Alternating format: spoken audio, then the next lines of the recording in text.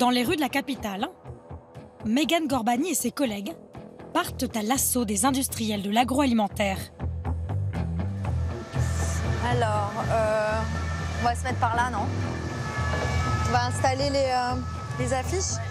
Aujourd'hui, cette association de défense des consommateurs dans le domaine de l'alimentation veut sensibiliser les passants au marketing qui cible les enfants. On milite pour une alimentation saine et en fait on s'attaque à la malbouffe, les produits trop gras, trop sucrés, au fait que le marketing, il s'attaque aux enfants. Ils offrent des cadeaux gratuits, ils mettent des petits jeux sympas. Pour mettre fin à ces pratiques, elle veut rassembler le maximum de gens autour d'une pétition. Et du coup, voilà, on demande à l'État, au gouvernement, d'interdire ça en fait. Parce qu'il y a trop de maladies, il y a le surpoids et l'obésité. Ça va fonctionner, hein? Le sucre dès l'enfance, en fait, ça est vendu comme quelque chose de très cool et ça nous fait plaisir. Et ça, c'est un problème en fait, parce que du coup, on l'incorpore dès la plus tendre enfance. Et c'est quand on est enfant qu'on est plus vulnérable à ces stratégies marketing des industriels. Ce jour-là, l'équipe a recueilli une dizaine de signatures qui s'ajoutent aux 7758 déjà récoltés sur Internet. Le combat de Foodwatch, faire interdire toute cette publicité qui rend sympathique et ludique des produits trop sucrés.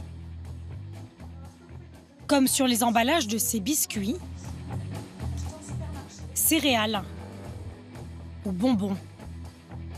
Là, il y a le petit personnage qui fait du karaté. Là, on s'adresse complètement à des tout petits.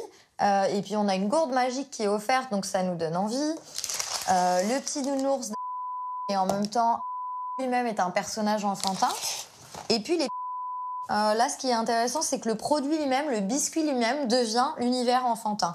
Donc, clairement, tous ces produits-là ciblent les enfants et pourtant, ils contiennent plein de sucre. Ces produits qui se présentent comme des alliés des enfants sont en fait de petites bombes nutritives. Dans ces compotes, l'équivalent de 3 carrés de sucre. Pour ces gâteaux chocolatés, c'est 6 morceaux. 6 carrés et demi pour ces céréales. Et ce paquet de bonbons contient 11 morceaux de sucre. Selon Mégane, seule une loi pourrait contraindre les industriels à arrêter ce marketing visant les enfants. Même si dans le débat public, ces groupes affichent parfois leur bonne volonté. Il y a un décalage entre le bon vouloir des industriels, ce qu'ils prétendent dans leur communication, et ce qui se passe dans la réalité de leur pratique marketing. C'est pour ça qu'il faut un cadre plus strict et contraignant et qui sanctionne ce type de pratique. En juin dernier, des députés avaient déposé cet amendement au projet de loi sur l'alimentation. Les messages publicitaires et activités promotionnelles ciblant les enfants pour des produits alimentaires et des boissons trop riches en sucre sont interdits. Il a été rejeté, laissant la voie libre aux industriels pour attirer les enfants dans les rayons des supermarchés. Alors les plus jeunes sont-ils assez mis en garde sur une consommation excessive de sucre? La question se pose, car même l'école, qui devrait être un sanctuaire, ne serait pas à l'abri de l'influence des industriels.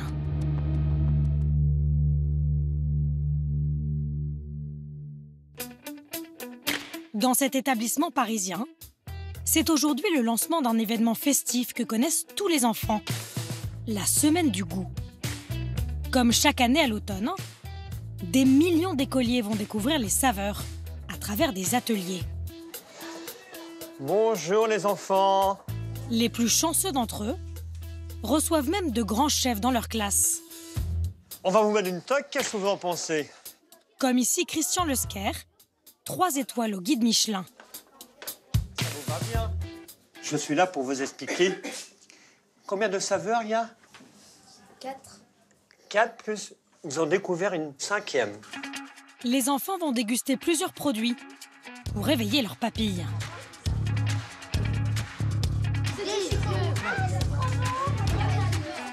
L'institutrice accompagne cette animation. La plupart du temps, ce sont même les enseignants qui les organisent. Pour les aider, la Semaine du goût leur propose d'utiliser ces fiches pédagogiques. Un dossier d'une 40aine de pages, avec des leçons pour instruire les enfants sur l'alimentation et les principes de base d'une nourriture équilibrée. Au programme, découvrir les 5 sens, le petit déjeuner, les métiers du goût, mais au milieu de tout ça, une leçon entière est consacrée au sucre, créateur de bon goût. 3 pages entières de jeux, d'expériences à réaliser et d'explications sur le sucre raffiné, sans aucune mise en garde sur les dangers d'une consommation excessive.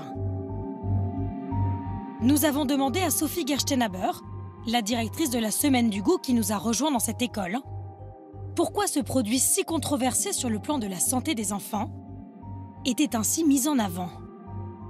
Pourquoi est-ce qu'il y a une leçon qui est spécialement dédiée au sucre? Est-ce que ça a sa place le sucre, dans une école alors qu'il y a un enfant obèse sur 6? Alors, le sucre, vous ne pouvez pas l'enlever.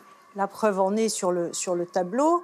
Christian Le Square, qui a fait la leçon de goût, il vous parle des 5 saveurs et il vous parle de la saveur sucrée. Donc, qui est la préférée des enfants en plus. En plus, donc elle fait partie, donc on ne va pas dire « Ah non, on ne parle pas du sucre parce que le sucre, c'est... » Il faut en parler. Mais ce qui nous intrigue, c'est l'historique de la Semaine du goût. Sur le site officiel de l'événement, il est expliqué qu'elle a été créée en 1990.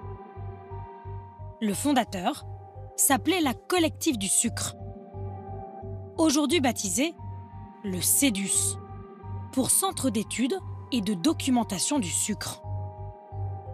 Un organisme dont l'un des buts est la création et la diffusion d'outils documentaires et pédagogiques. Comprenez, faire la promotion de la filière.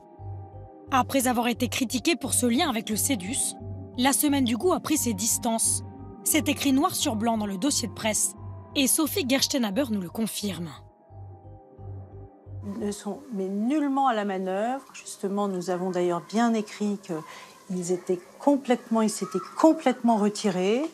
Et aujourd'hui, tout ce que nous faisons est porté par une fondation. Il y a un comité exécutif de la fondation qui est composé de personnes scientifiques. Et c'est avec eux qu'on crée toute la programmation de cette semaine. Aujourd'hui, cette initiation aux saveurs est donc organisée par une fondation pour l'innovation et la transmission du goût. Est-elle pour autant plus indépendante de l'industrie agroalimentaire? Derrière cette fondation, 2 agences de relations publiques. Hopscotch, qui via l'une de ses filiales, fait la communication de grands groupes, comme Danone, Mondelez, qui possède notamment la marque Lu, Lindt ou PepsiCo. La seconde, Sopexa, travaille avec McCain, Florette ou Le Sieur.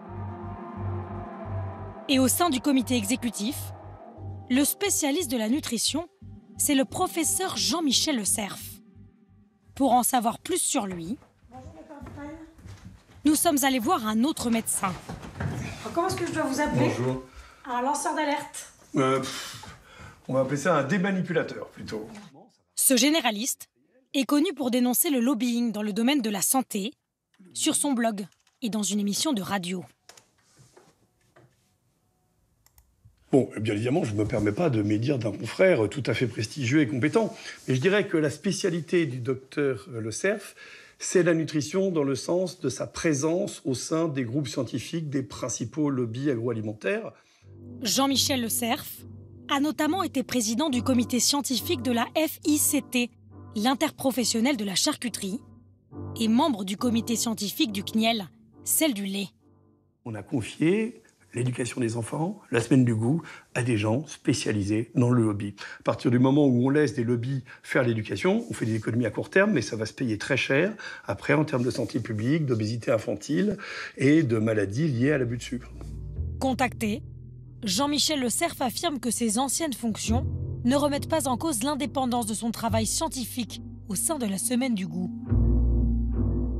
Alors si le lobby du sucre n'est plus officiellement derrière l'événement, la Semaine du goût ne serait-elle pas encore sous l'influence des grands groupes agroalimentaires?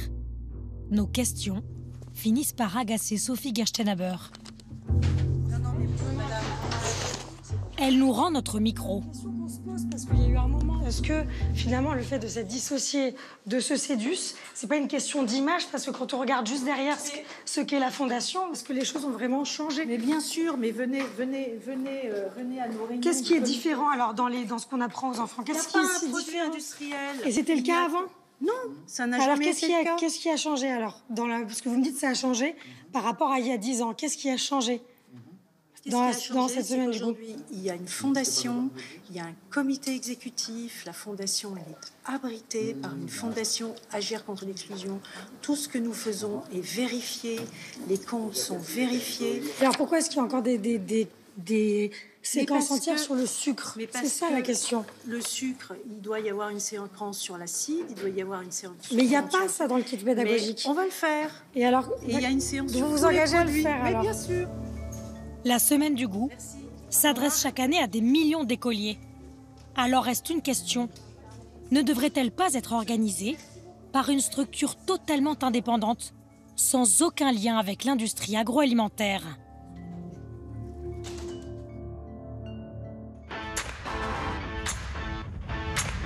Face à l'omniprésence du sucre dans nos assiettes et à ses conséquences néfastes sur notre santé, certains ont pris une décision radicale. Le sortir complètement de leur vie. C'est le choix qu'a fait Audrey depuis 6 mois. Tu veux que je prenne la charrette? Un grand changement qui a commencé au supermarché, où elle est accompagnée aujourd'hui par sa nièce Victoria. On va prendre des graines de courge, on va prendre la purée d'amande.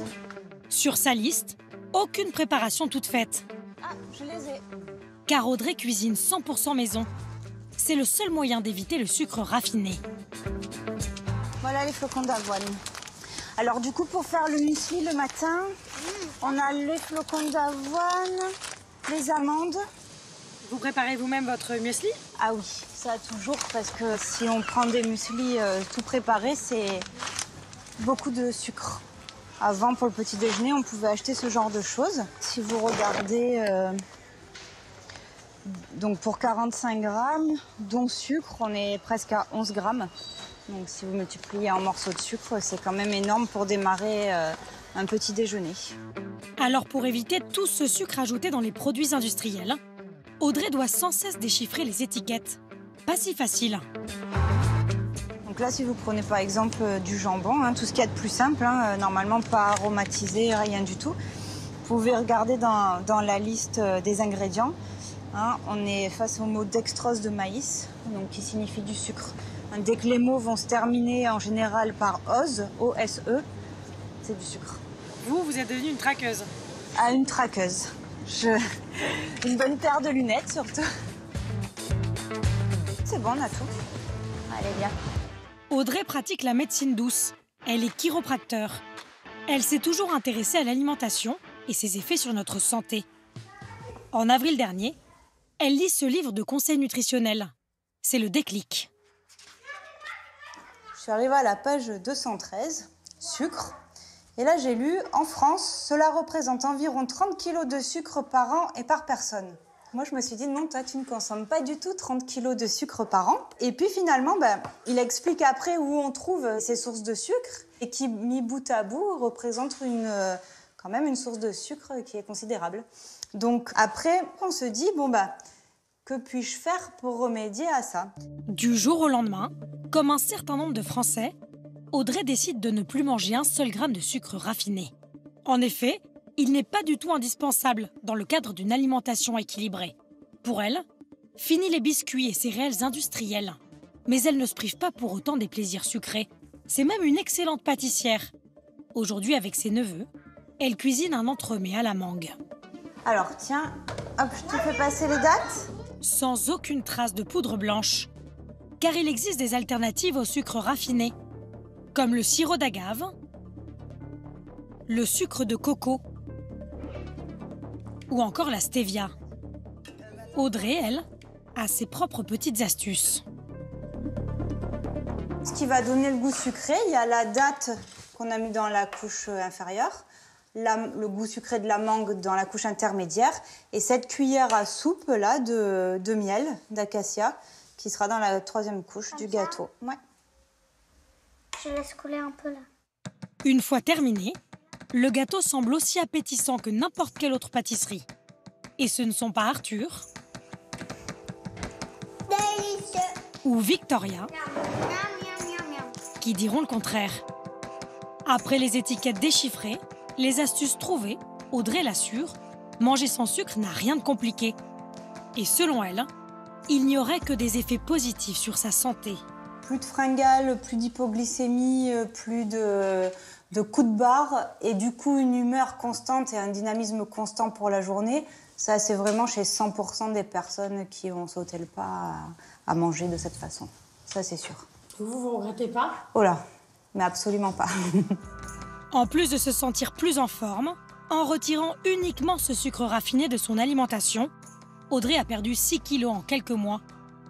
Mais contrairement à elle, une immense majorité de Français continuent d'en manger au quotidien. La consommation est stable, près de 100 grammes par jour par personne, l'équivalent de 20 morceaux.